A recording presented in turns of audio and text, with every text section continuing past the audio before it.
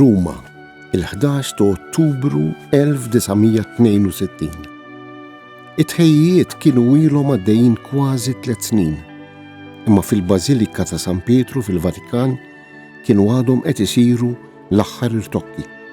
Matul dawk il-jiem mal-2500 tisqof inġabru minn madwar id-dinja kollha biex flimkien jagħtu bidu għall-ġrajja lil għall-Knisja u lanqas id-dinja moderna kienu għadhom qatt ma raw waħda tal-kobor tagħha.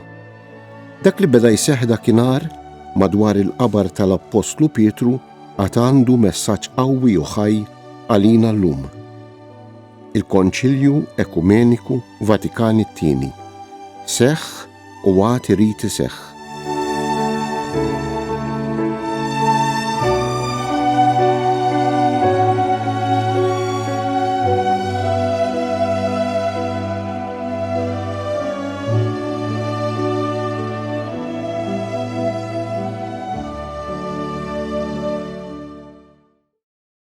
Id-dokument tal-Konċilju Ekumeniku Vatikan II Dei Verbum dwar il-kelma tal-Alla huwa wieħed mill-uniċi żewġ kostituzzjonijiet dommatiċi li insibu fost is-16 il-dokument konċiljari. L-ieħor li diġà tkellimna fuqu huwa il-Lumen Gentium li għalkemm jitratta fuq il-Knisja madankollu kif ġarajna l-isem dawl tal-ġnus mhux qed jirreferi għall-Knisja imma għal Kristu innifsu. Bl-istess mod tajjeb li niċċaraw li l-kliem li jiftħu din il-kostituzzjoni dommatika Dei Verbum, il-kelma ta' Alla, mhux jirreferu unikament għall-Bibja kif spiss jistgħu jaħsbu uħud, imma għar-rivelazzjoni sħiħa jiġifieri il-ġrajja kollha li bija Alla juri lilu nnifsu lill-bniedem u jikkomunika miegħu. Huwa proċess li minn barra l-kelma tal-Alla miktuba jinkludi wkoll it-tradizzjoni nisranija. Fl-istess waqt tajjeb niftakru li dawn mhumiex żewġ ejjun diversi imma sors wieħed għaliex it-tradizzjoni issaħħaħ u tispjega l-Iskrittura. Iridu jittieħdu flimkien u hekk fl-interpretazzjoni tal-Iskrittura għandna dejjem nissottomettu ruħna għal maġisteru tal-Knisja. Ħafna li twildu wara s-sittinijiet setgħu tilfu l-ewforija tal-Konċilju u dan aktarx bla ebda tort tagħhom. Forsi l-ħtija hija kompletament ta' dawk li jexuha u li mhux dejjem kienu lesti jew kapaċi jikkomunikaw biżżejjed il-ħeġġa u l-ispirtu ta' Vatikan it-tieni lil ġenerazzjonijiet ta' wara. Hekk, meta nfakru l-Konċilju ma nkunux irridu biss ngħaddu sensiela ta' ġrajiet li seħħew u tarif fuq dak li kien diskuss jew tad-dokumenti finali. Imma l-ewwel u qabel kollox irridu nikkomunikaw l-ispirtu li mexxa lil dawk li ħadu sem u li minn xrara żgħira f'qalb il-Papa Roncalli qabbad ħuġġiġa mal-Knisja kollha. Kienet dik l-istess xrara li fl-ewwel għejd il-50 meta kienu l-koll miġbura flimkien post wieħed niżlet u qadet fuq ras kull wieħed minnhom.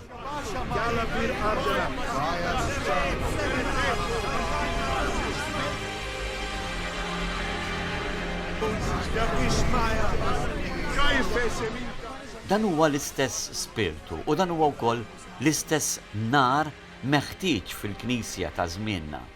Għalhekk jien ħtiġilna llum ukoll infakru l-Konċilju, mhux biex joħodna lura fl-istorja, imma biex jixprunana l quddiem fil-missjoni. Sa mill-bidu tal-pontifikat tiegħu il-Papa Ġwanni 23 kien qed jagħmel minn kollox biex il-Knisja kollha tibni ħajjita u l-missjoni tagħha fuq iċ-ċentralità tal-Evanġelju u l-importanza tiegħu għall-Knisja u għall-bnedmin kollha. Illum, 60 sena wara, il-Papa Franġisku qiegħed huwa wkoll jenfasizza l-istess messaġġ li il-vokazzjoni tal-Knisja hi li tevanġelizza. Il-ferħ tal-Knisja u li tevanġelizza. Madankollu, it-triq li waslet lill-Knisja biex permezz tal-Konċilju Ekumeniku Vatikan II tatina id-Dei Verbum kienet ilha li bdiet sa minn bosta snin qabel. Fit-18 ta' Novembru tal-1883 il-Papa Il-Jun 13 tana l-enċiklika tiegħu Providentissimus Deus fuq kif Alla kollu providenza mhux biss jagħti lill-bniedem il-ħwejjeġ materjali li jkun jeħtieġ imma wkoll dawk spiritwali. Il-Papa ried li permezz ta' dan id-dokument jirribatti żewġ problemi kbar ta' żmienu u li kienu ħolqu polemiċi fuq l-interpretazzjoni tat-testi bibliċi. Kienu bdew jitfaċċaw dawk li deru li kienu konflitti bejn ir-rakkonti li nsibu fil-Bibja u l-iskoperti ġodda ta' xjenzi naturali u l-istudju tal-istorja fuq l-oriġini tal-ħolqien, l-evoluzzjoni tal-ispeċi u anke temi oħra. Dakinhar il-Papa għamel sejħa għal prudenza għaliex żewġ veritajiet li ġejjin mill-istess għajn li huwa Alla nnifsu ma jistgħu qatt imorru kontra xulxin. Imma din l-enċiklika tat ukoll frott importanti ħafna fosthom li l-Istitut għall-Istudji Bibliċi f'Ġerusalemm li kien twaqqaf biss 3 snin qabel, wara dana id-dokument ta' Papa Ljun 13 ingħata spinta kbira. Wara l-enċiklika Providentissimus Deus twaffqet ukoll mill-Vatikan stess il-Kummissjoni Pontifiċja Biblika li għadha taħdem sal-lum. Imbagħad xi snin wara twaqqaf ukoll l-Istitut Pontifiċju Bibliku li jitmexxa mill-Ġiżwiti.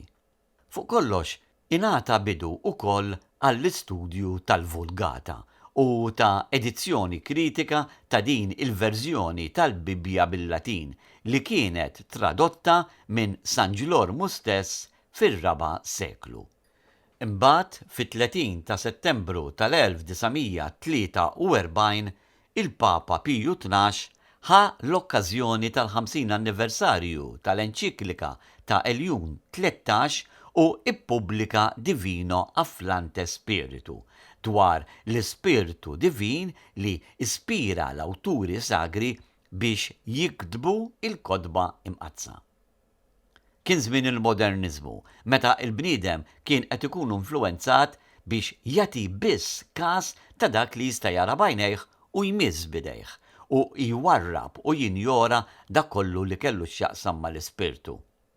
Permezz ta' din l-enċiklika flimkien ma' diskorsi u kitbiet oħra tiegħu, speċjalment minn fuq ir-radju tal-Vatikan, Piju XII mett il-pedament għall-interpretazzjoni biblika moderna.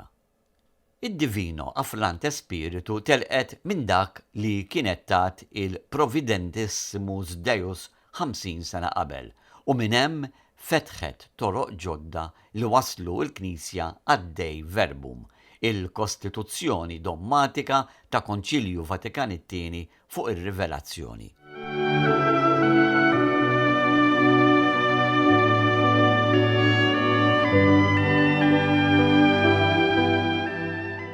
Sa minn qabel il-Konċilju, l-Iskrittura kienet diġà qed tieħu post ċentrali fil-ħajja tal-Knisja u meta bdew id-diskussjonijiet bejn l-isqfijiet konċiljari huma sabu qudiemhom numru ta' proposti relatati mal-Iskrittura mqazza u li kienu tresqu għal kunsiderazzjoni tagħhom.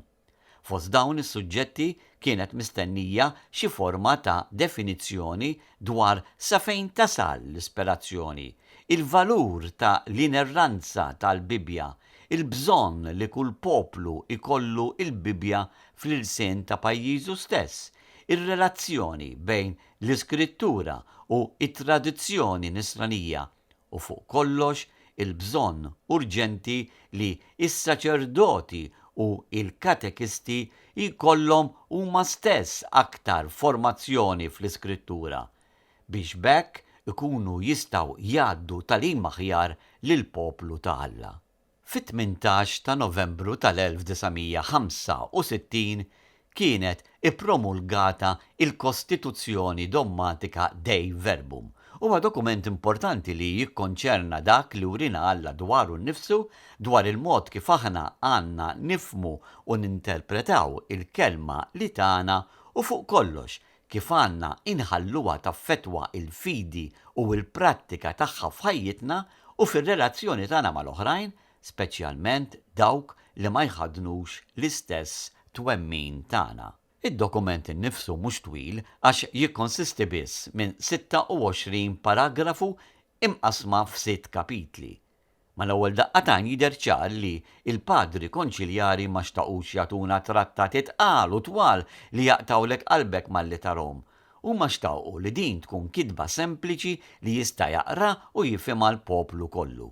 F'daħla qasira ħafna jiddikjaraw mill-ewwel l-intenzjoni tagħhom li filwaqt li jimxu fuq il-passi tal-aħħar żewġ konċilji, dak ta' Trentu u dak ta' Vatikan Wieħed, fl-istess waqt ridu juru t-tagħlim ġenwin dwar ir-rivelazzjoni divina u kif din għaddiet fi żmien biex bl-aħbar tas-salvazzjoni id-dinja kollha meta tisma' temmen.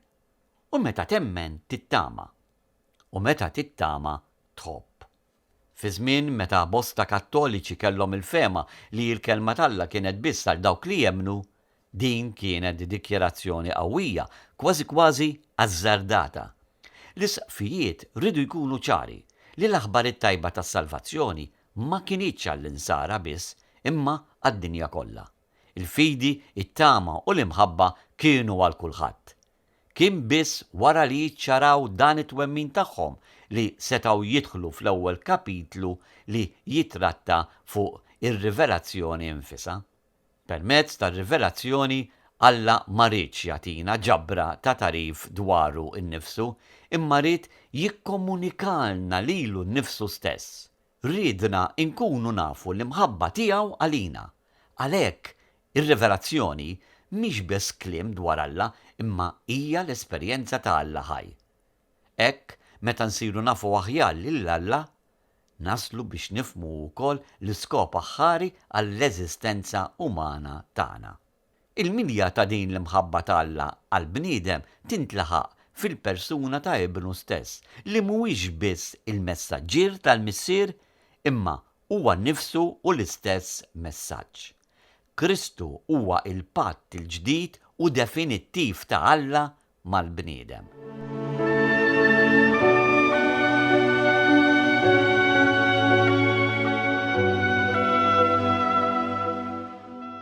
Imbagħad it-tieni kapitlu ta' din il-Kostituzzjoni jitkellem dwar it-trasmissjoni tar-rivelazzjoni divina.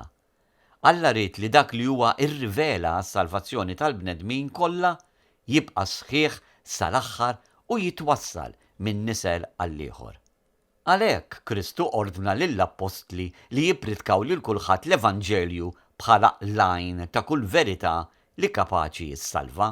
Huma temmew bil-fedeltà il-kmand ta' Kristu, l-ewwel bix-xandir tal-fomm u bl-eżempju, u mbagħad ukoll bl-istituzzjonijiet li waqfu kemm dawk li rċevewhom minn fomm Kristu u mill-ħajja tiegħu u kemm dawk li kienu talmu mill-ispirazzjoni tal-Ispirtu s-Santu.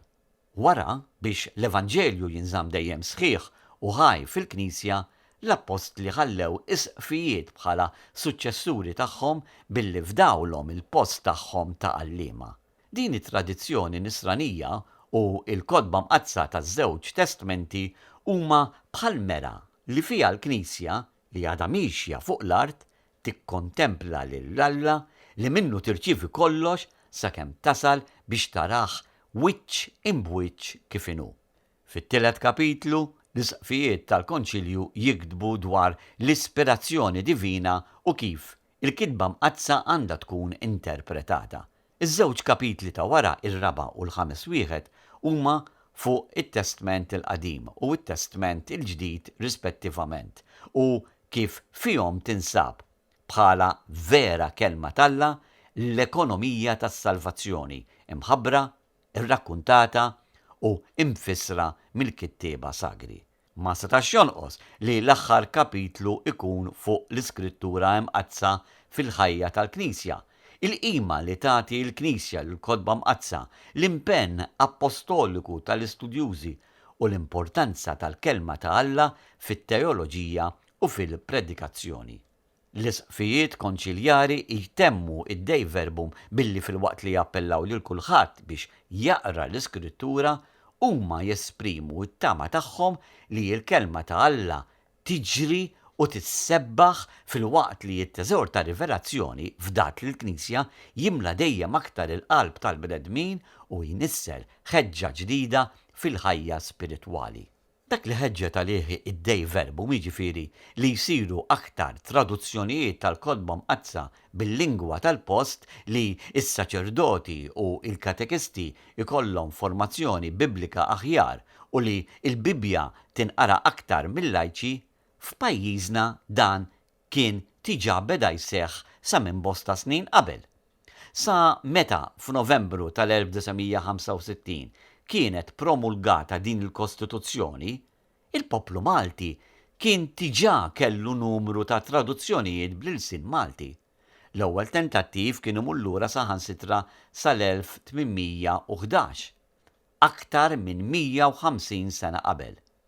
Fl-1929 Monsinjur Pietru Paul Sajdon beda it-tradizzjoni mill-ilsna oriġinali kif talab il-Konċilju innifsu aktar minn 30 sena wara, tant li meta il-Konċilju Vatikan it-tieni beda, din it-tradizzjoni kienet ġa lesta.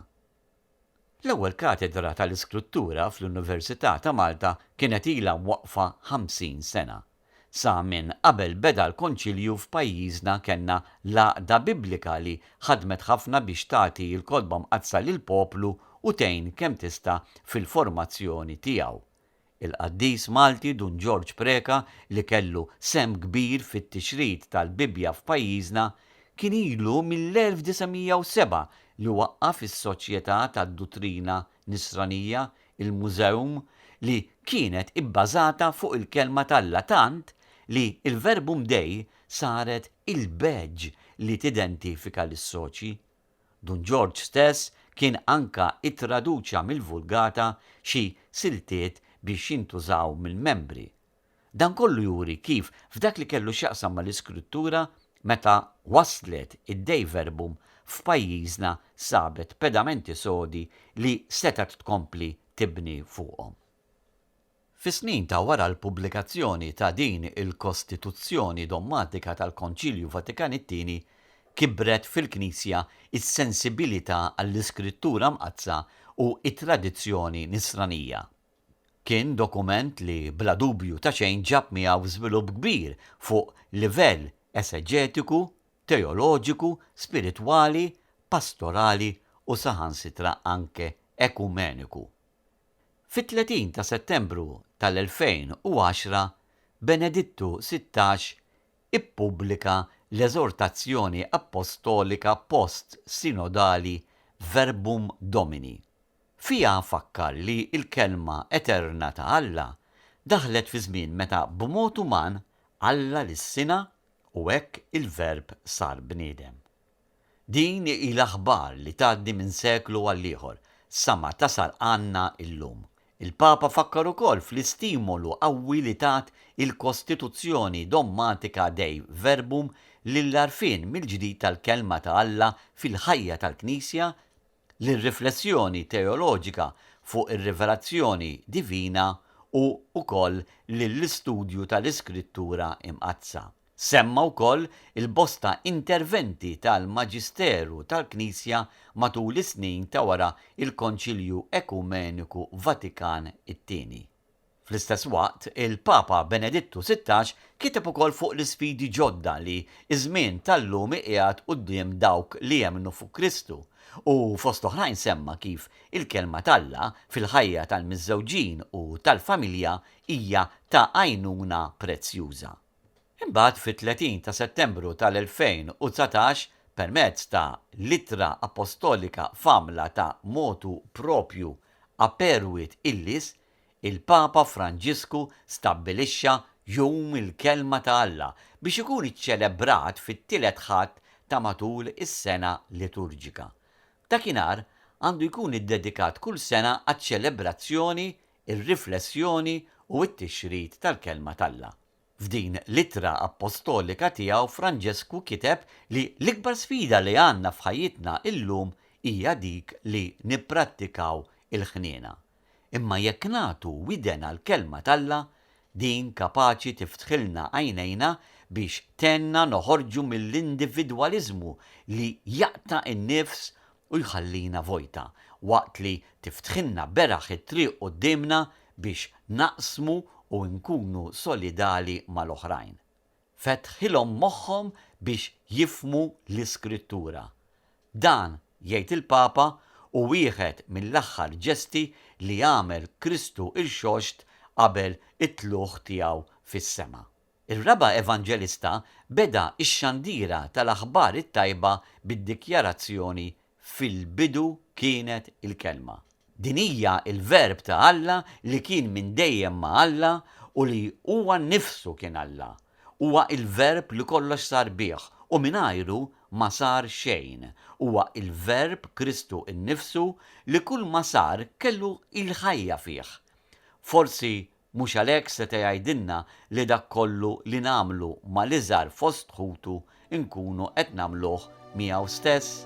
Forsi mhux din hija l-akbar sfida li tpoġġilna qudiemna il-kelma tal-Alla anke llum li f'kull ma' min niltaqa' nilmah lil Kristu li fi żmien ta' gwerra, erda u mewt kif huwa dak tagħna nibqa' nħares lejn ieħor u ngħid il-mulej dan. Li f'kuntest soċjali ta' piki u ġlied nista' nħares lejn tan-naħa l-oħra u ngħid il-mulej dan. Li fil-familja anke jekk mifruda u qed titfarrak nibqa' nħares lejn dak jew lejn dik li qed jitraduni u ngħid il-mulej dan. Il-mulej din. Li fil-Knisja nfisha nista' nilmah lil dawk ta' fema jew twemmin differenti minn tiegħi u jkolli l-qawwa li ngħid il-mulej dawn. Hija l-qawwa li mhux ġejja minn innifsi, imma mill-istess spiritu li tagħna l-kelma, kemm jekk dik miktuba u kemm jekk dik inkarnata fi Kristu.